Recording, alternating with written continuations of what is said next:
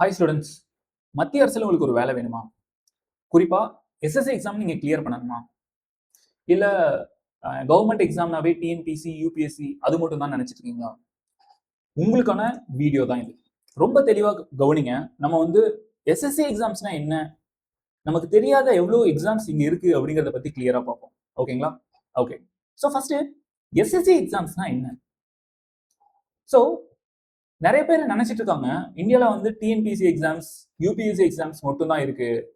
So TNPSC for Tamil Nadu கவர்மெண்ட்டுக்கு, தென் UPSC வந்து central government vacancies எல்லாம் ஃபில் பண்ண இருக்கு அப்படின்னு நினைச்சிட்டு இருக்கோம் நம்ம. ஆனா அது உண்மை கிடையாது. அதை தாண்டி நிறைய எக்ஸாம்ஸ் இருக்கு. இப்போ உதாரணத்துக்கு சொல்லணும்னா ஸோ எஸ்எஸ்சி, ஐபி,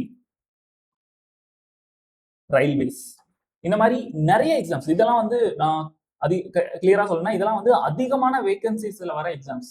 ஸோ இன்னுமே நிறைய சின்ன சின்ன எக்ஸாம்ஸ் இருக்கு. ஓகேவா? இதை பத்தி ஒரு அவேர்னஸே இல்லாம இருக்கும். இப்போ சில இன்னும் அவேர்னஸ் இருக்கவங்க, தவறான அவேர்னஸ் இருக்கவங்க என்ன நினைச்சிட்டு இருக்காங்கன்னா, அந்த ஐபி, எஸ்எஸ்சி எக்ஸாம்ஸ் இதெல்லாம் நம்ம எழுதணும் அப்படின்னா அதர் ஸ்டேட்ல தான் நமக்கு வந்து போஸ்டிங் கிடைக்கும் அப்படின்னு நினைச்சிட்டு இருக்கோம். ஆனா அது வந்து ஃபுல்லாவே வந்து ஒரு ஃபேக் நியூஸ். ஏன் அப்படின்னு கேட்டீங்கன்னா, இப்போ எஸ்எஸ்சில இருக்க எஸ்எஸ்சினா என்ன நம்ம பார்த்தோம், சென்ட்ரல் கவர்மெண்ட்ல ஜாப். சென்ட்ரல் கவர்மெண்ட்னா அவங்க எங்க இருப்பாங்க? டெல்லியில மட்டும் தான் இருப்பாங்களா அப்படின்னு கேட்டீங்கன்னா கிடையாது. எல்லா ஸ்டேட்லயுமே சென்ட்ரல் கவர்மெண்ட்டுக்குன்னு போஸ்டிங்ஸ் இருக்கு. அதை வந்து பார்த்துட்டு தான் இருப்பாங்க. இப்போ எக்ஸாம்பிளுக்கு வந்து இன்கம் டேக்ஸ் டிபார்ட்மெண்ட் எடுத்துக்கணும். எவ்ரி ஸ்டேட்ல வந்து அந்த இன்கம் டேக்ஸ் டிபார்ட்மெண்ட் இருக்கு. இன்னும் கிளியரா சொல்லணும்னா நீங்க இருக்க மேஜர் சிட்டிஸ், உங்களுக்கு பக்கத்துல இருக்க மேஜர் சிட்டிஸை யோசிச்சு பாருங்க. கோயம்புத்தூர், சென்னை, திருப்பூர், மதுரை, திருச்சி, இங்க எல்லாத்துலயுமே வந்து இன்கம் டேக்ஸ் டிபார்ட்மெண்ட் இருக்கு தானே. அதே மாதிரி கோஸ்டல் டிபார்ட்மெண்ட், கடல் இருக்க எல்லா இடத்துலயுமே கோஸ்டல் டிபார்ட்மெண்ட் இருக்கு தானே. ஸோ அப்போ அதுவுமே அதெல்லாமே சென்ட்ரல் கவர்மெண்ட் ஜாப் தானே. அதை யார் ஃபில் பண்றா அப்படின்னு கேட்டீங்கன்னா அதுதான் இந்த எஸ்எஸ்சி. ஓகேங்களா? ஸோ இவங்க தான் மோஸ்ட்லி வந்து சென்ட்ரல் கவர்மெண்டோட எல்லா வேகன்சியும் ஃபில் பண்றாங்க. ஓகேவா? ஸோ ரொம்ப ரொம்ப இம்பார்ட்டன்ட். நெக்ஸ்ட் இந்த ஐபி எடுத்துக்கிட்டீங்கன்னா, ஐபிங்கிறது என்னன்னா இன்டெலிஜென்ட் பியூரோ. இவங்களுமே வந்து இன்டெலிஜென்ட் பியூரோ ரிலேட்டடா இருக்க வேகன்சிஸை ஃபில் பண்றாங்க. ஓகேவா? ரயில்வேஸ் வந்து நமக்கு கண்டிப்பா தெரியும் எல்லாத்துக்குமே என்ன கான்செப்ட் அப்படிங்கிறது. ஓகே. ஸோ இப்போ நம்ம எஸ்எஸ்சில டீட்டெயிலா பார்ப்போம் என்னென்ன இருக்கு அப்படிங்கிறத. ஸோ எவ்வளோ எக்ஸாம்ஸ் வந்து எஸ்எஸ்சி கண்டக்ட் பண்றாங்க அப்படிங்கிறத பார்ப்போம்.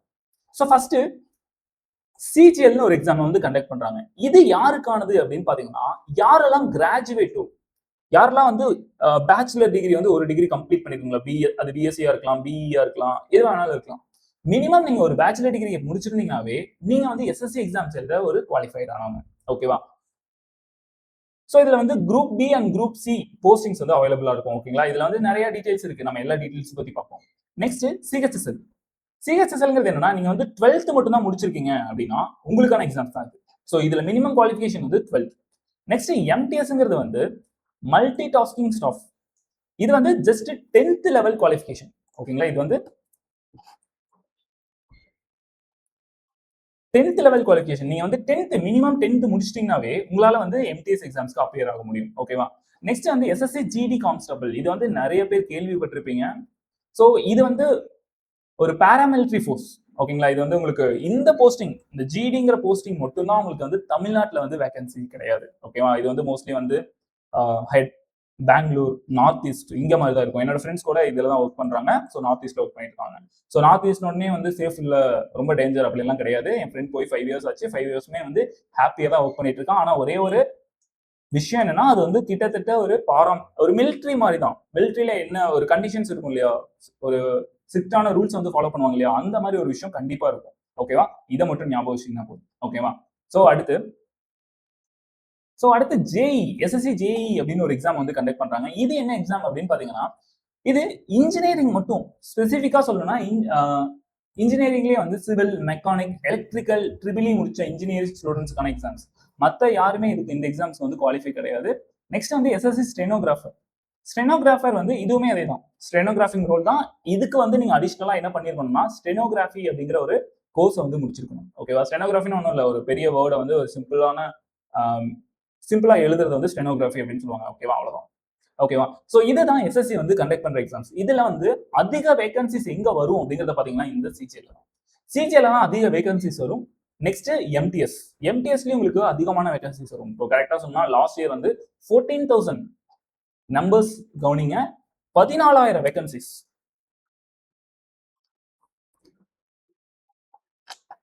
பிளஸ் ஓகேங்களா 16,000 வேகன்சிஸ் பிளஸ் வந்து இந்த சிஜிஎல்ல ஃபில் ஆயிருந்துச்சு ஓகேங்களா. நெக்ஸ்ட் எம்டிஎஸ்ல நீங்க எடுத்துக்கிட்டீங்கன்னா மோர் தென் 8,000 ஓகேங்களா, மோர் தென் 8,000 வேகன்சிஸ்.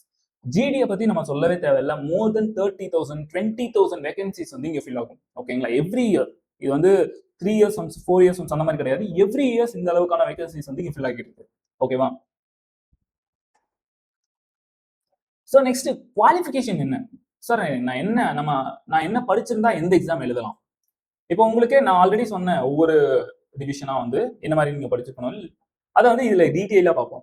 சிஜிஎல் நீங்க கிளியர் எக்ஸாம்ஸ் வந்து அட்டன் பண்ணணும் அப்படின்னா உங்களுக்கு என்ன குவாலிஃபிகேஷன் வேணும் அப்படின்னா கண்டிப்பா ஒரு பேச்சுலர் டிகிரி நீங்க முடிச்சிருக்கணும் ஓகேவா. நெக்ஸ்ட் சிஜிஎல்ல வந்து உங்களுக்கு மூணு டைப் ஆஃப் பிரிக்கலாம் ஓகேவா. சிஜிஎல்ல வந்து ஒரு 3 டைப்பா பிரிக்கலாம். அதுல வந்து ஸ்டாட்டிஸ்டிக்ஸ் ஆஃபீஸர்ஸ், நெக்ஸ்ட் வந்து அக்கௌண்ட்ஸ் ஆஃபீஸர் அப்படின்னு சொல்லுவாங்க ஓகேவா. Then other post. நீங்க வந்து ஸ்டாட்டிஸ்டிக்ஸ் ஆஃபீஸர் ஆகணும் அப்படின்னா நீங்க வந்து ஸ்பெசிஃபிக்கா வந்து ஸ்டாட்டிஸ்டிக்ஸ் மேக்ஸ் வந்து படிச்சிருக்கணும். அதே மாதிரி அக்கௌண்ட்ஸ் ஆஃபீஸர்ஸ் ஆகணும் அப்படின்னா ஏசிஓ அப்படின்னு சொல்லுவாங்க. அந்த ஆஃபீஸர்ஸ் ஆகணும் அப்படின்னா உங்களுக்கு அந்த விஷயம் இருந்துச்சுன்னா நீங்க அதுக்குன்னு ஸ்பெசிஃபிக்கான ஒரு கோர்ஸ் வந்து முடிச்சிருக்கணும். இப்போ எக்ஸாம்பிளுக்கு அக்கௌண்ட்ஸ் வந்து நீங்க முடிச்சிருக்கணும் ஓகேவா. ரிமைனிங் போஸ்ட் எல்லாத்துக்குமே நீங்க ஜஸ்ட் என்ன பண்ணா போதும் அப்படின்னு பாத்தீங்கன்னா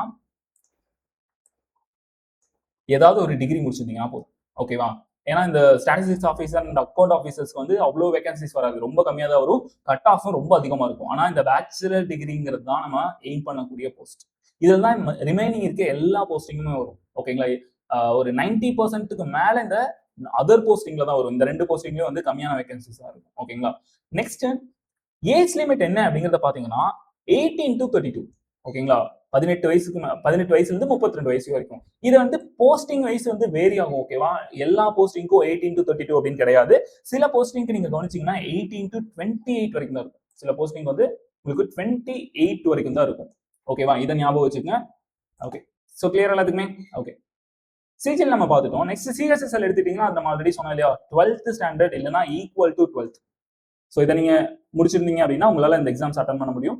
சிஹெச்எஸ்எல்ல பொதுவா வந்து வேகன்சிஸ் வந்து கம்மியா தான் இருக்கும். ஏன் அப்படின்னு கேட்டீங்கன்னா சிஹெச்எஸ்எலோட வேகன்சிஸ் சில போஸ்டிங் வந்து சிஜிஎலுக்கு லாஸ்ட் இயர் வந்து மாத்திட்டாங்க. அதனால சிஹெச்எஸ்எல்ல உங்களுக்கு வேகன்சிஸ் கம்மியா தான் இருக்கும். அரௌண்ட் 2000 to 4000 அந்த மாதிரி வேகன்சிஸா இருக்கும்.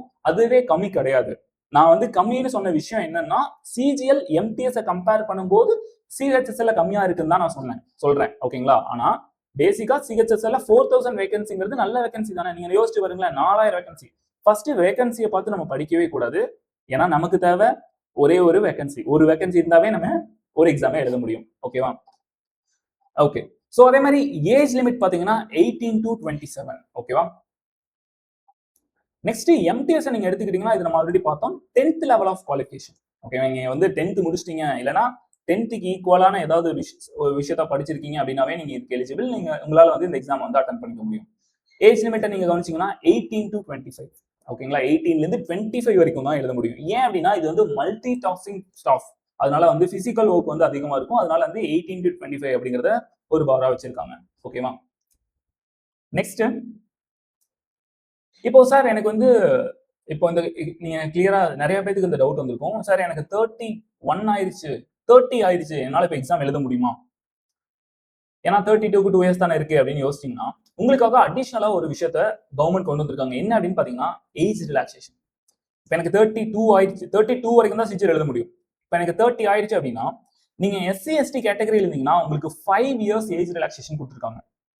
ஏஜ் ரிலாக்ஸேஷன்னா என்ன? ஏஜ் ரிலாக்ஸேஷனா என்ன அப்படின்னு பாத்தீங்கன்னா இப்ப 32 வரைக்கும் தான் ஒரு சிஜிஎல் எக்ஸாம் எழுத முடியும் கரெக்ட்டுங்களா. ஆனா உங்களால நீங்க எஸ்சி எஸ்டி கேட்டகரி இருந்தீங்கன்னா உங்களால 5 இயர்ஸ் அடிஷனல் எழுத முடியும். அதாவது மொத்தமா 37 இயர்ஸ் வரைக்கும் நீங்க எழுத முடியும். புரிஞ்சுச்சுங்களா. அதுவே நீங்க ஓபிசியா இருந்தீங்க அப்படின்னா உங்களுக்கு வந்து ஏஜ் ரிலாக்ஸேஷன் வந்து 3 இயர்ஸ் கொடுத்துருக்காங்க. நீங்க வந்து என்ன பண்ணலாம் 35 வரைக்கும் எழுதலாம் ஓகேங்களா. ஜெனரல் கேட்டகரியா இருந்தீங்கன்னா நீங்க கண்டிப்பா 32 வரைக்கும் தான் எழுத முடியும். அதை ஞாபகம் வச்சுக்கோங்க ஜெனரல் கேட்டகரியா இருந்தீங்கன்னா ஓகேவா. அதுவே பிடபிள்யூடி கேட்டகரியில் இருந்தீங்கன்னா உங்களால வந்து 10 இயர்ஸ் வரைக்கும் அடிஷனலா எக்ஸாம்ஸ் எழுத முடியாது. அதாவது 32ல இருந்து நம்ம 10 ஆட் பண்ணும்போது 42 இயர்ஸ் வரைக்கும் ஏஜ் வரைக்கும் உங்களால அந்த எக்ஸாம் வந்து அட்டன் பண்ண முடியும். புரிஞ்சுச்சுங்களா. ஓகே. இது வந்து ரொம்ப ரொம்ப பெஸ்ட் அட்வான்டேஜ் ஓகேவா. ரொம்ப கான்ஃபிடென்ட்டா நீங்க படிக்க வேண்டிய விஷயம். ஓகேவா? Next vacancies. நம்ம இதையுமே இனிஷியலாவே பேசிட்டோம். ஓகேவா? வேகன்சிஸ் எவ்வளவு எவ்ரி இயர் வரும் அப்படின்னு பாத்தீங்கன்னா, சிஜிஎல் நீங்க எடுத்துக்கிறீங்கன்னா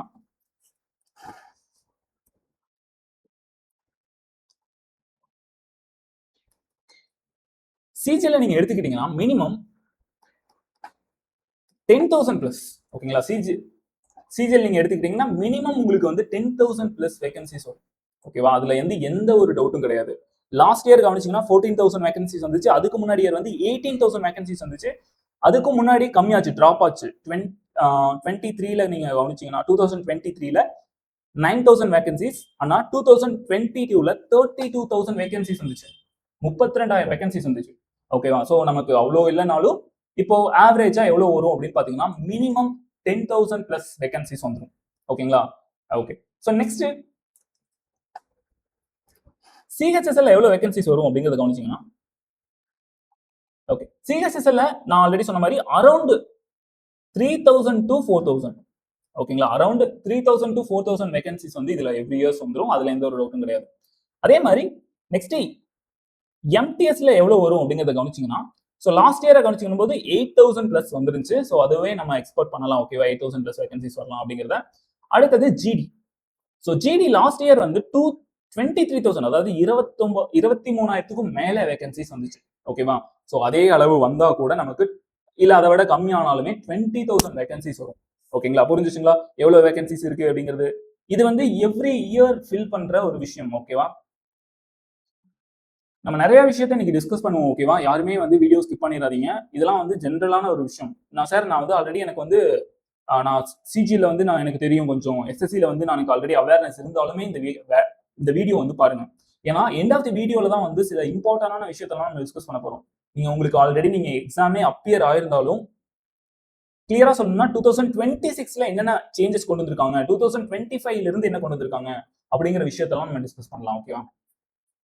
இப்போ நம்ம சேலரி எடுத்துக்கிட்டோம்னு வைங்களேன், நமக்கு வந்து சிஎன்டி கேட்டகரி பே ஸ்கேல் வந்து கொடுப்பாங்க. சிஎன்டி இல்ல 7th pay scale to 8th pay scale வரைக்கும் தரலாம். ஓகேவா? சோ மினிமம் நான் சொல்றேன். ஓகே, மினிமம் 30,000 ரூபீஸ் வந்து நம்ம சேலரி வந்து எக்ஸ்பெக்ட் பண்ணலாம். ஓகேவா? சார் 30,000ங்கிறது கம்மியா இருக்கு அப்படின்னு யாராவது யோசிச்சீங்கன்னா, இது வந்து பேசிக் பே. புரிஞ்சுங்களா? இது வந்து பேசிக்கான ஒரு பே. அது போக என்ன கொடுப்பாங்க அப்படின்னு பாத்தீங்கன்னா அலோன்ஸ். நிறைய டைப் ஆஃப் அலோன்ஸ் இருக்கு. ஓகேங்களா? அதுல ஃபர்ஸ்ட் டிஆர் அப்படின்னு ஒரு அலோன்ஸ் கொடுப்பாங்க. ஓகேவா? இது வந்து நமக்கு 50% ஆஃப் சேலரி வந்து இதுல இருந்து நமக்கு வரும். அதுக்கப்புறம் வந்து உங்களுக்கு ஹவுஸ் அலோன்ஸ், டிராவல் அலோன்ஸ், இந்த மாதிரி விஷயம் வந்து உங்களுக்கு வந்துட்டு. ஸோ இந்த அலோன்ஸ் மட்டுமே உங்களுக்கு அரௌண்ட் சேலரிக்கு ஈக்குவலா பேசிக் பே இருக்கு இல்லைங்களா, அதுக்கு ஈக்குவலான ஒரு விஷயம் வரும். ஓகேங்களா? இப்போ நீங்க வந்து பேசிக் பே வந்து 30 வாங்குறீங்க அப்படின்னா இந்த அலவன்ஸ் எல்லாம் சேர்த்து ஒரு 20,000 வருதுன்னு வைங்களேன். ஸோ எஸ்எஸ்சில மினிமம் நம்மளால எவ்வளவு சேலரி வாங்க முடியும் அப்படின்னு பாத்தீங்கன்னா 50,000 பிளஸ். இது வந்து நான் சிஜிஎல்ல சொல்றேன். ஓகேவா? ஸோ சிஹெச்எஸ்எல்ல நம்ம எடுத்துக்கும் போது இதை விட கொஞ்சம் டிராப் ஆகி ஒரு 45,000 வரைக்கும் நம்மளால சிஹெச்எஸ்ல வாங்க முடியும். எம்டிஎஸ்ல என்னோட ஃப்ரெண்ட் லாஸ்ட் இயர் ஜாயின் பண்ணாரு. அவரோட பேசிக் பே என்ன அப்படின்னு பாத்தீங்கன்னா 35,000. ஓகேவா? Basic pay, sorry, total pay. MTS ஓட டோட்டல் பே, அதாவது basic pay, allowance, housing allowance, travel allowance எல்லாமே சேர்த்து. இதுல இது போஸ்டிங்ஸ் வைஸ் நிறைய இடத்துல வேரி ஆகும். ஓகேங்களா? சோ சார் எனக்கு 50,000 தான் வருமா அப்படின்னு கேட்டீங்கன்னா, நான் சொல்றது மினிமம். நீங்க வந்து இப்ப எக்ஸாம்பிளுக்கு வந்து சிஜிஎல்ல வந்து ஒரு 50 டைப் ஆஃப் போஸ்டிங் இருக்குன்னு வைங்களேன். 50வது போஸ்டிங் தானே லோவஸ்ட் போஸ்டிங். அந்த லோவஸ்ட் போஸ்டிங்கோட சேலரி தான் இந்த 50,000. ஓகேங்களா? அப்போ ஹையஸ்டுக்கு நீங்க போக போக ஸோ 15,000 to நம்ம எது வரைக்கும் வாங்கலாம் அப்படின்னு பாத்தீங்கன்னா மேக்ஸிமம் சப்போஸ் உங்களுக்கு வந்து நம்ம ஆல்ரெடி டிஸ்கஸ் பண்ணியிருந்தோம் என்ன அப்படின்னா ஸ்டாட்டிஸ்டிக்ஸ் ஆஃபீஸர்ஸ், தென் அந்த அக்கௌண்ட் ஆஃபீஸர்ஸ், அவங்க தான் வந்து அதிக சேலரி அப்படிங்கிறது. அதுக்கு அடுத்து அதர் போஸ்டிங்ல அதிகமா வாங்குறது யாருன்னா இன்கம் டேக்ஸ் ஆஃபீஸர்ஸ். ஓகேவா? இன்கம் டேக்ஸ் டிபார்ட்மெண்ட்ல இருக்க இன்ஸ்பெக்டர்ஸ், கஸ்டம்ஸ்ல இருக்க இன்ஸ்பெக்டர்ஸ், ஜிஎஸ்டி இன்ஸ்பெக்டர் அப்படின்னு ஒரு ரோல் இருக்கு. அவங்க எல்லாம் வந்து ரொம்ப அதிகமான சேலரி வாங்குவாங்க. இப்போ எக்ஸாம்பிளுக்கு நம்ம அது மினிமம் வந்து ஒரு 70,000 இருக்கலாம். ஓகேவா? புரிஞ்சுச்சுங்களா எல்லாத்துக்குமே? ஸோ அப்போ உங்களுக்கு ஃபர்ஸ்ட் மந்த் சேலரியே வந்து 70,000 உங்களுக்கு கிடைக்கும். ஓகேவா? ஸோ இதுக்கு நீங்க பண்ண வேண்டிய விஷயம் என்னன்னா ரொம்ப டெடிகேஷனோட படிக்கணும். ஓகேவா? ஸோ டிஎன்பிசி அளவுக்கு படிக்கணுமா சார் அப்படின்னு கேட்டீங்கன்னா கிடையாது. ஸோ டிஎன்பிசியில படிக்கிறத விட இப்போ எக்ஸாம்பிளுக்கு டிஎன்பிசியில வந்து நீங்க 100% எஃபர்ட் போடுறீங்கன்னா எஸ்எஸ்சிக்கு நீங்க ஒரு 70% ஆஃப் எஃபர்ட், டிஎன்பிசியில் 100% போடுறவங்க இங்க ஜஸ்ட் 70% எஃபர்ட் போட்டாவே நம்மளால பெட்டரான கட் ஆஃப்ல கிளியர் பண்ண முடியும். ஓகேவா? ஸோ இதெல்லாம் கிளியரா ஞாபகம் வச்சுக்கேன். இப்போ நோட்டிபிகேஷனுக்கு வந்தோம்னா நான் ஆல்ரெடி சொன்ன மாதிரி சிஜிஎலோட டயர் 2 முடியறதுக்கு முன்னாடியே சிஹெச்எஸ்எலோட டயர் 2 எக்ஸாம் கண்டக்ட் பண்றதுக்கு முன்னாடியே நமக்கு ஆனுவல் பிளானரை விட்டுட்டாங்க எஸ்எஸ்சி. ஓகேங்களா? ஸோ அவ்வளோ அட்வான்ஸ்டா இருப்பாங்க. நோட்டிஃபிகேஷன் எவ்ரி இயர் வந்துட்டே இருக்கும். உங்களுக்கு ஆனுவல் பிளானர் விட்டுருவாங்க. அதை பேஸ் பண்ணி நம்ம எவ்வளோ நோட்டிஃபிகேஷன் வருது, எவ்வளோ வேகன்சிஸ் வருது, நம்ம என்ன ஃபாலோ பண்ணணும் அப்படிங்கிற விஷயத்த எல்லாமே பார்த்துக்கலாம். ஓகேவா? ஸோ நெக்ஸ்ட் அப்ளை பண்ற ப்ராசஸ் வந்து ரொம்ப சிம்பிள் தான், காம்ப்ளிகேட் கிடையாது. போட்டோஸ் வந்து நீங்க எடுக்க தேவையில்ல, அவங்களே ஆப்லேயே எடுத்துக்கலாம். ஓகேவா? போட்டோஸ் நீங்க எதுவுமே அட்டாச் பண்ண தேவையில்ல. எக்ஸாம் ஹாலுக்கு போகும்போது மட்டும் ஒரு போட்டோஸ் எடுத்துக்கலாம். அதுக்கு முன்னாடி அப்ளை பண்றதுக்கு முன்னாடி நம்ம கிட்ட என்ன இருக்கணும் அப்படின்னு பாத்தீங்கன்னா, சப்போஸ் நீங்க வந்து ஓபிசி கேண்டிடேட்டாவோ இல்ல எஸ்சி எஸ்டி கேண்டிடேட்டாவோ இருக்கீங்கன்னா அந்த சர்டிபிகேட். ஸோ அந்த சர்டிபிகேட் வந்து அப்ளை பண்றதுக்கு முன்னாடி எடுத்து வச்சிருக்கணும். ஓகே, இப்போ எக்ஸாம்பிளுக்கு வந்து ஏப்ரல் 15 வந்து நம்ம அப்ளை பண்றோம் அப்படின்னா ஏப்ரல் 15க்கு முன்னாடியே நீங்க வந்து ஓபிசி சர்டிபிகேட் நீங்க எடுத்து வச்சுக்கணும். ஓகேங்களா? சப்போஸ் நீங்க வந்து லேட்டா எடுத்துட்டீங்க அப்படின்னா டாக்குமெண்ட் வெரிஃபிகேஷன் அப்படின்னு ஒரு விஷயம் லாஸ்ட்ல நடக்கும். அந்த இடத்துல வந்து ஒரு சின்ன சின்ன இஷ்யூஸ் வர சான்சஸ் இருக்கு. ரொம்ப பெரிய இஷ்யூஸ் கிடையாது கண்டிப்பா. அது வந்து ஒரு சின்ன சின்ன இஷ்யூஸ் வந்து வரக்கு வந்து வாய்ப்பு இருக்கு. ஸோ அதுக்கு வந்து நம்ம இடம் கொடுக்க வேணாம், அதுக்கு முன்னாடியே எடுத்து வச்சுக்கலாம். வேற எந்த ஒரு ப்ரூஃப்மே தேவையில்லை. ஓகேங்களா? அது நெக்ஸ்ட் அது இன்னொரு விஷயம் சொல்லணும்னா, சப்போஸ் நீங்க இப்பதான் காலேஜ் முடிச்சுட்டு வந்திருக்கீங்க அப்படின்னா அப்ளை பண்றதுக்கு முன்னாடியே உங்களுக்கு வந்து லாஸ்ட் செம்மோட மார்க் ஷீட் வேணும் அப்படிங்கிறது அவசியம் கிடையாது. லாஸ்ட் செம்ல நான் வந்து பாஸ் ஆயிருக்கேன் அப்படிங்கிற ஒரு எவிடன்ஸ் வேணும். ஓகேவா? இதை மட்டும் ஞாபகம் வச்சுக்கோங்க. புரிஞ்சுச்சுங்களா? ஓகே. ஸோ இது இருந்தாவே நீங்க வந்து அப்ளை பண்ணிக்கலாம். ஸோ அப்ளிகேஷன் ஃபீ வந்து 100 rupees தான். அதுவுமே வந்து விமன்ஸ் அண்ட் எஸ்சி எஸ்டி ஸ்டூடெண்ட்ஸ்க்கு வந்து அந்த அப்ளிகேஷன் ஃபீயும் கிடையாது. ஓகேவா? ரிமைனிங் ஸ்டூடெண்ட்ஸ்க்கு மட்டும் நம்ம ஒரு 100 rupees பே பண்ணணும். ஓகேவா? கிளியர் தானே எல்லாத்துக்குமே? ஓகே. இப்போ எக்ஸாம் ப்ராசஸ் வந்து எப்படி நடக்க போகுது அப்படின்னு பாத்தீங்கன்னா, இனிஷியலா ஒரு 2022, 21, 20ஸ்லாம் நீங்க எடுத்துக்கிட்டீங்க அப்படின்னா எக்ஸாம் வந்து 1 இயருக்கு நடந்துட்டு இருந்துச்சு. இல்லைன்னா நம்ம வெயிட் பண்றது வந்து 1 இயருக்கு மேல வெயிட் பண்ணணும் அந்த மாதிரி இருந்துச்சு. ஆனா 2022ல இருந்து நீங்க கவனிச்சீங்கன்னா ஜஸ்ட் ரொம்ப ரொம்ப ஃபாஸ்டா 1 இயருக்கு முன்னாடி நீங்க எக்ஸாம்பிளுக்கு சொல்லணும்னா நீங்க அப்ளை பண்ணி 1 இயர்க்குள்ளேயே நீங்க வேலைக்கு போயிடலாம். அந்த அளவுக்கு ஃபாஸ்ட் பண்ணிட்டாங்க. ஓகேவா? இப்போ எக்ஸாம்பிளுக்கு என்னென்ன ப்ராசஸ் இருக்கு அப்படின்னு பாத்தீங்கன்னா, ஃபர்ஸ்ட் வந்து டயர் 1 எக்ஸாம்ஸ் நடக்கும். ஓகேங்களா? அதுக்கப்புறம் உங்களுக்கு டயர் 2 எக்ஸாம் வந்து நடக்கும். ஓகேங்களா? ஃபர்ஸ்ட் டயர் 1 நடக்கும், அதுக்கப்புறம் டயர் 2 நடக்கும். அவ்வளவுதான். இன்டர்வியூ ப்ராசஸே கிடையாது எஸ்எஸ்சில. ஓகேங்களா? No interview. அதுக்கப்புறம் ஸ்ட்ரெயிட்டாவே நம்ம டாக்குமெண்ட் வெரிஃபிகேஷனுக்கு போயிடுவோம். எங்க டாக்குமெண்ட் வெரிஃபை பண்ணுவாங்கன்னா, இப்போ எக்ஸாம்பிளுக்கு வந்து நீங்க எந்த இடத்துல போஸ்டிங் வாங்கியிருக்கீங்களோ அதை பேஸ் பண்ணி. இப்போ எக்ஸாம்பிளுக்கு நான் ப்ராசஸ் சொல்றேன் பாருங்க. இப்போ நீங்க அப்ளை பண்றீங்க, நெக்ஸ்ட் வந்து டயர் 1 எக்ஸாம் அப்பியர் ஆகுறீங்க, அதோட கட் ஆஃப் வரும். ஃபர்ஸ்ட் வந்து உங்களுக்கு என்ன வரும்னா ஆன்சர் ஷீட் வரும். ஸோ அந்த ஆன்சர் ஷீட் வந்து நீங்க கட் ஆஃப் வந்து டிசைட் பண்ணுவாங்க. அந்த கட் ஆஃப் நீங்க கிளியர் பண்ணிட்டீங்க அப்படின்னா நீங்க டயர் 2க்கு எலிஜிபிள் ஆயிட்டீங்க. ஓகேவா? டயர் 1ஓட மார்க் வந்து ஜஸ்ட் குவாலிஃபைங் மட்டும் தான். அது வந்து உங்களோட போஸ்டிங் வந்து டிசைட் பண்ணாது. நீங்க டயர் 2க்கு குவாலிஃபை ஆகுறீங்களாங்கிறத பொறுத்து தான். ஸோ டயர் 1ல இருந்து எவ்வளவு பேர் டயர் 2க்கு குவாலிஃபை ஆவாங்க அப்படிங்கிறத பாத்தீங்கன்னா, இப்போ எக்ஸாம்பிளுக்கு ஒரு 30 லட்சம் பேர் இந்த டயர் 1 எக்ஸாம் எழுதுறாங்க அப்படின்னு வச்சுக்கலாம். 30 லட்சம் பேர் எழுத மாட்டாங்க, கண்டிப்பா அப்ளை பண்ணுவாங்க. 30 லட்சம் பேர் அப்ளை பண்ணுவாங்க. ஆனா எழுதுறது பாத்தீங்கன்னு வைங்களேன், அதுல பாதி தான், வெறும் ஒரு 10 லட்சம் பேர் தான் எழுதுவாங்க. நீங்க எக்ஸாம் எழுதிருந்தீங்கன்னா உங்களுக்கு தெரிஞ்சிருக்கும், எக்ஸாம் ஹாலே காலியா இருந்திருக்கும். எக்ஸாம் ஹாலே வந்து எம்டியா இருக்கும். ஓகே. சோ அதுல எவ்வளவு பேர் வந்து டயர் 2க்கு எலிஜிபிள் ஆவாங்க அப்படின்னு பாத்தீங்கன்னா, இப்போ எக்ஸாம்பிளுக்கு வேகன்சிஸ் பொறுத்து இது டிசைட் ஆகும். இப்போ வேகன்சிஸ் வந்து ஒரு 15,000 இருக்குன்னு வைங்களேன் வேகன்சி. அதுல 10%. ஸோ லாஸ்ட் இயர் வந்து ஒரு இன்க்ரீஸ் பண்ணலாம், அது வந்து 15% வரைக்கும் இன்க்ரீஸ் பண்ணலாம் அப்படிங்கிற மாதிரி சொல்லிட்டு இருந்தாங்க. ஸோ இன்னும் அந்த விஷயம் வந்து கிளியரா தெரியல. மினிமம் 10% நம்ம எக்ஸ்பெக்ட் பண்ணலாம், மேக்ஸிமம் 15% வரைக்கும். அதாவது இந்த பர்சன்டேஜ் எதை கால்குலேட் பண்ணும் அப்படிங்கறத பாத்தீங்கன்னா,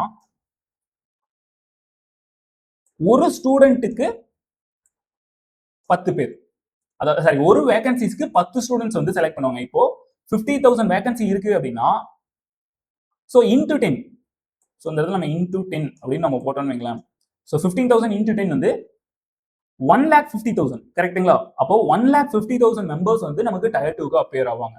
ஓகேவா? ஸோ சப்போஸ் அது 15% இருந்துச்சுன்னா நமக்கு மோர் தென் 2 lakhs பீப்புள் வந்து நமக்கு டயர் 2க்கு செலக்ட் பண்ணுவாங்க. ஓகேங்களா? அதுல இருந்து நம்ம எக்ஸாம் எழுத போவோம். இப்போ டயர் 2 எக்ஸாமும் நம்ம எழுதுறோம். அதுவும் கிளியர் பண்ணிட்டோம். அதுக்கப்புறம் உங்களுக்கு மெயில்ல வந்து ஒரு ப்ராசஸ் இருக்கும். ஓகேவா? உங்களுக்கு வந்து எந்த போஸ்டிங் வந்து பிரிஃபரபிள் அப்படிங்கிறது.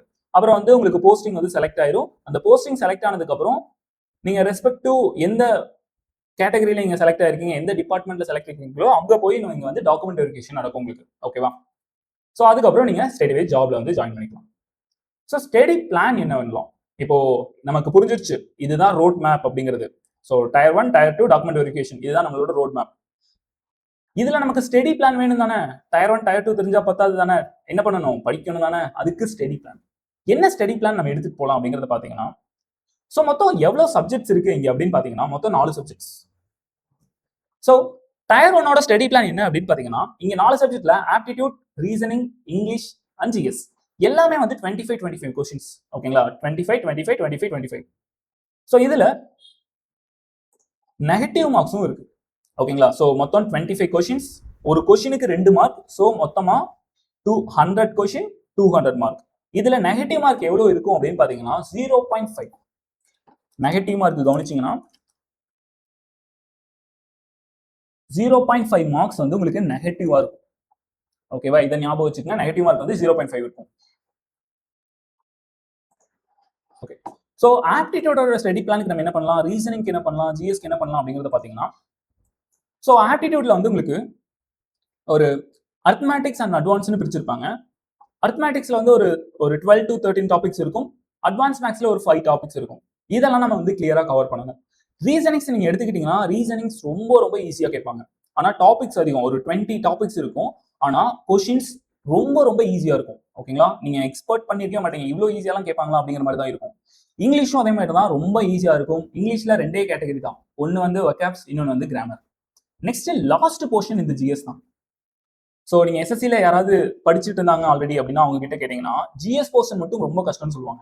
ஏன் அப்படின்னு கேட்டீங்கன்னா ஜிஎஸ்ல வந்து நிறைய டாபிக்ஸ் இருக்கும். ஆனா கொஸ்டின்ஸ் கம்மியா இருக்கும். அதாவது வெயிட்டேஜ் கம்மியா இருக்கும். இப்போ ஹிஸ்ட்ரி எடுத்துக்கிட்டீங்கன்னா நீங்க நிறைய படிக்கணும். ஆனா அந்த ஹிஸ்ட்ரில இருந்து 3 கொஸ்டின் தான் வரும், 3 கொஸ்டின் தான் வரும். ஜியோகிராஃபில நம்ம நிறைய படிக்கணும், அதுல இருந்து ஒரு கொஸ்டின் தான் வரும். இந்த மாதிரி நடக்கும். அப்புறம் வந்து ஒரு ஸ்டாண்டர்டான விஷயம் வந்து ஸ்டாண்டர்ட் சிலபஸ் வந்து ஜிஎஸ்க்கு கிடையாது. இப்போ எக்ஸாம்பிளுக்கு நான் சொன்னேன் இல்லையா, ஹிஸ்ட்ரியில 3 கொஸ்டின் 2 கொஸ்டின் அப்படின்னு, அந்த மாதிரி ஒரு விஷயமே கிடையாது. சம்டைம்ஸ் வந்து ஹிஸ்ட்ரியில 4 கொஸ்டின் வரும், சம்டைம்ஸ் வந்து ஹிஸ்ட்ரியில கொஸ்டினே வராது. அவ்வளவுதான். சோ நம்ம என்னதான் இப்ப பண்ணலாம் அப்படின்னு பாத்தீங்கன்னா ரிமைனிங் இருக்க 3 டாபிக், சோ ஆப்டி, ரீசனிங், இங்கிலீஷ், இந்த 3 டாபிக்லயும் முடிஞ்ச அளவுக்கு ஹை ஸ்கோர் பண்ணிடணும். இப்போ 100 மார்க்ஸ்க்கு 100 கொஸ்டின் நடக்குது, ஜிஎஸ் வந்து 25. இதை விடுங்க. அதுல இந்த 3லயும் நம்ம எவ்வளவு எடுக்கணும் அப்படிங்கறத பாத்தீங்கன்னா 75க்கு மினிமம் 70 எடுத்துடணும். நம்ம இதுல இந்த 3 டாபிக்லயும் சேர்த்து மினிமம் 70. சார் இது பாசிபிளான்னு கேட்டீங்கன்னா 100% பாசிபிள். ஓகேங்களா? சோ நெக்ஸ்ட் இந்த ஜிஎஸ்ல நம்ம எவ்வளவு எடுக்கணும் அப்படின்னு பாத்தீங்கன்னா மோர் தென் 15. ஓகேவா? 15 கொஸ்டின் நம்மளால அட்டென்ட் பண்ற அளவுக்கு கேட்பாங்க. அந்த அளவுக்கு நம்ம படிச்சுட்டு போகணும். இதுதான் நம்மளோட டயர் 1ஓட ஸ்ட்ராட்டஜிக் பிளான். ஓகேவா? கிளியரா புரிஞ்சுச்சுங்களா? நெக்ஸ்ட் டயர் 2ல என்ன அப்படின்னு கேட்டீங்கன்னா, சார் என்ன சார் அதே ஸ்லைட போட்டிருக்கீங்க, மாத்தி போட்டீங்களா அப்படின்னு கேட்டீங்கன்னா கிடையாது. இங்கேயும் அதே சிலபஸ் தான். Aptitude, reasoning, English and GS. Tier 2 exam பொறுத்தளவுக்கு ஒரு நாள் ஃபுல்லா நடக்கும். ஒரு நாள் ஃபுல்லா என்ன சார் பண்ணணும் அப்படின்னு கேட்டீங்கன்னா, மார்னிங் வந்து ஆப்டிடியூட், ரீசனிங், இங்கிலீஷ், ஜிஎஸ் நடக்கும். அதாவது மார்னிங்கே 2 எக்ஸாம் நடக்கும். ஆப்டிடியூட், ரீசனிங் சேர்த்து ஒரு எக்ஸாம் ஆகும், அது 1 hour. நெக்ஸ்ட் ஜிஎஸ், இங்கிலீஷ் சேர்த்து இன்னொரு எக்ஸாம், அது ஒரு 1 hour. ஓகேங்களா? ஆஃப்டர்நூன் வந்து ஒரு குவாலிஃபிகேஷன் இருக்கு, குவாலிஃபிகேஷன் எக்ஸாம் இருக்கு. அது என்ன அப்படின்னு பாத்தீங்கன்னா கம்ப்யூட்டர் சயின்ஸ். ஓகேங்களா? அது எக்ஸாம் என்ன அப்படிங்கிறது பார்த்தோம்னா நமக்கு கம்ப்யூட்டர் சயின்ஸ். ஓகேங்களா? அதுக்கப்புறம் டெக்னிக்கல் ரவுண்ட் இருக்கும். டெக்னிக்கல்லாம் ஒன்றும் இல்லை, டைப் பண்றது. அந்த டைப்பிங் வந்து ரொம்ப ரொம்ப சுலபம். ஓகேங்களா? கஷ்டம்லாம் கிடையாது. 2 கிளாஸுக்குலாம் போகணும்னு எந்த ஒரு அவசியம் கிடையாது. 2 வாரம் வந்து நீங்க வீட்டில் டைப் பண்ணாவே ஆன்சர் பண்ணுவோம். அது வந்து வந்துடும் அந்த ஃப்ளோ. ஸோ எவ்வளவு கொஸ்டின்ஸ் கேட்பாங்க அப்படிங்கிறத பார்த்தோம்னா ஆப்டிடியூட்ல வந்து நமக்கு 30 கொஸ்டின்ஸ், ரீசனிங்ல 30 கொஸ்டின், இங்கிலீஷ்ல 45 கொஸ்டின், ஜிஎஸ்ல அதே 25 கொஸ்டின்ஸ். இந்த மாதிரி தான் இந்த பேட்டர்ன் இருக்கும். இந்த மாதிரி தான் கொஸ்டினும் கேட்பாங்க. ஓகேவா? கிளியரா புரிஞ்சுச்சுங்களா? இந்த மாதிரி கொஸ்டின்ஸ் கேட்பாங்கன்னு? அவ்வளவுதான். அடுத்து கம்ப்யூட்டர் சயின்ஸ்ல எவ்வளவு கொஸ்டின்ஸ் கேட்பாங்கன்னா உங்களுக்கு 20 கொஸ்டின்ஸ் கேட்பாங்க. ஆனா இது வந்து உங்களோட செலக்ஷனை டிசைட் பண்ணாது. ஏன்னா இது வந்து ஜஸ்ட் குவாலிஃபிகேஷன் தான். அந்த 20 கொஸ்டின்ல 10 கொஸ்டின் நீங்க கரெக்டா எழுதினாவே நீங்க வந்து குவாலிஃபை ஆயிடலாம். இதுல ஒவ்வொரு கொஸ்டினுக்கும் எவ்வளவு மார்க் அப்படின்னு பாத்தீங்கன்னா, ஆப்டில வந்து ஆப்டிடியூட்ல நீங்க கவனிச்சீங்கன்னா மொத்தம் 30 கொஸ்டின்.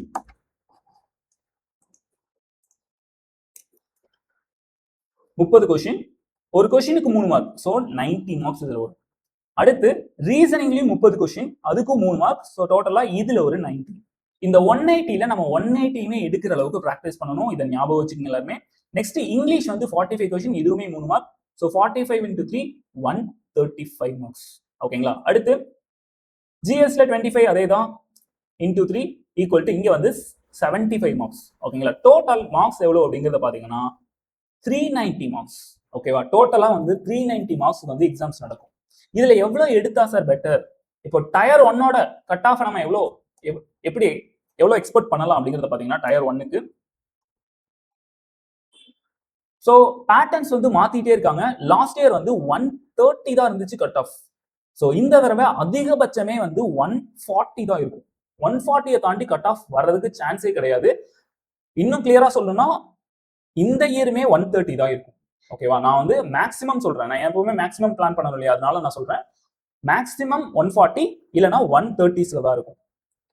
டயர் 2ஓட கட் ஆஃப் வந்து எந்த மாதிரி இருக்கலாம் அப்படின்னு பாத்தீங்கன்னா, மினிமம் வந்து உங்களுக்கு 300 பிளஸ் எடுக்கிறது நமக்கு சேஃப் ஸ்கோரா இருக்கும். ஓகேவா? 300 பிளஸ் எடுத்துட்டீங்கன்னாவே உங்களுக்கு 100% வேலை இருக்கு அப்படிங்கறத எடுத்துக்கலாம். ஓகேவா? பொசிஷன் எல்லாத்துக்குமே சூப்பர்.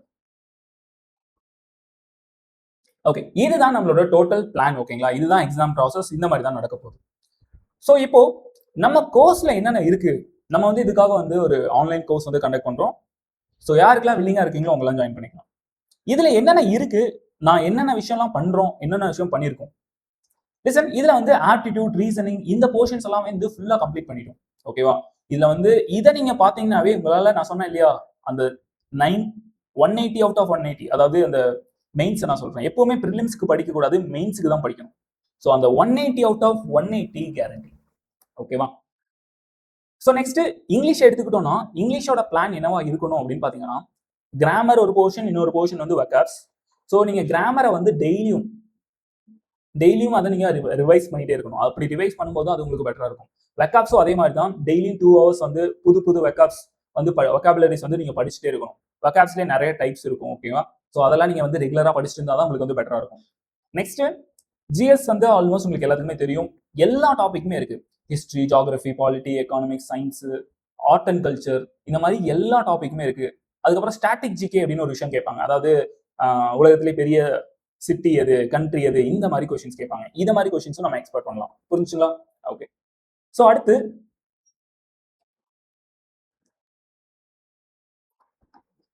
நம்ம கோர்ஸ்ல வந்து என்னென்ன இன்க்ளூட் பண்ணிருக்கோம் பாத்தீங்கன்னா, மேக்ஸ் அண்ட் ரீசனிங் வேற நீங்க எங்கேயுமே பார்க்க தேவையில்ல. இந்த கோர்ஸ்ல இருக்கிற வீடியோஸ் மட்டும், இந்த கான்செப்ட் மட்டும் பார்த்தாவே நம்மளால வந்து 100% எழுத முடியும். அது போக பிராக்டிஸ்க்கு வந்து பினாக்கல்ஸ்னு சொல்லுவாங்க ஒரு புக். அதாவது பினாக்கல் என்னன்னா, அந்த ப்ரீவியஸ் இயர் வந்து கொடுத்துருப்பாங்க. அதோட பிடிஎஃப்ஸ் வந்து அவைலபிளாவே இருக்கும். அதை வந்து நம்ம யூஸ் பண்ணும்போது நம்மளுக்கு பெட்டரான ரிசல்ட்ஸ் வந்து கிடைக்கும் பிராக்டிஸ்க்காக. ஓகேங்களா?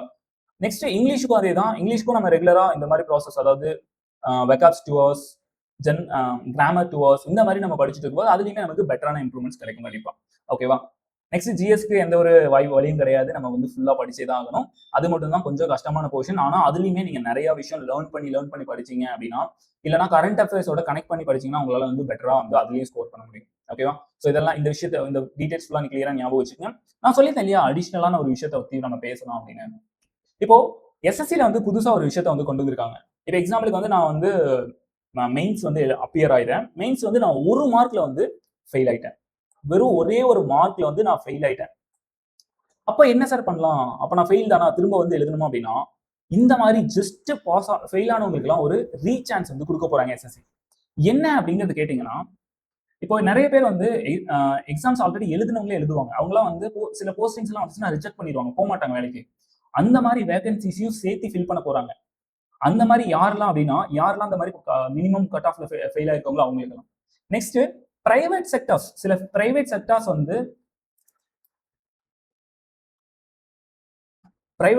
வந்து எஸ்எஸ்சியோட ஒரு எம்யூ வந்து போட்டிருக்காங்க.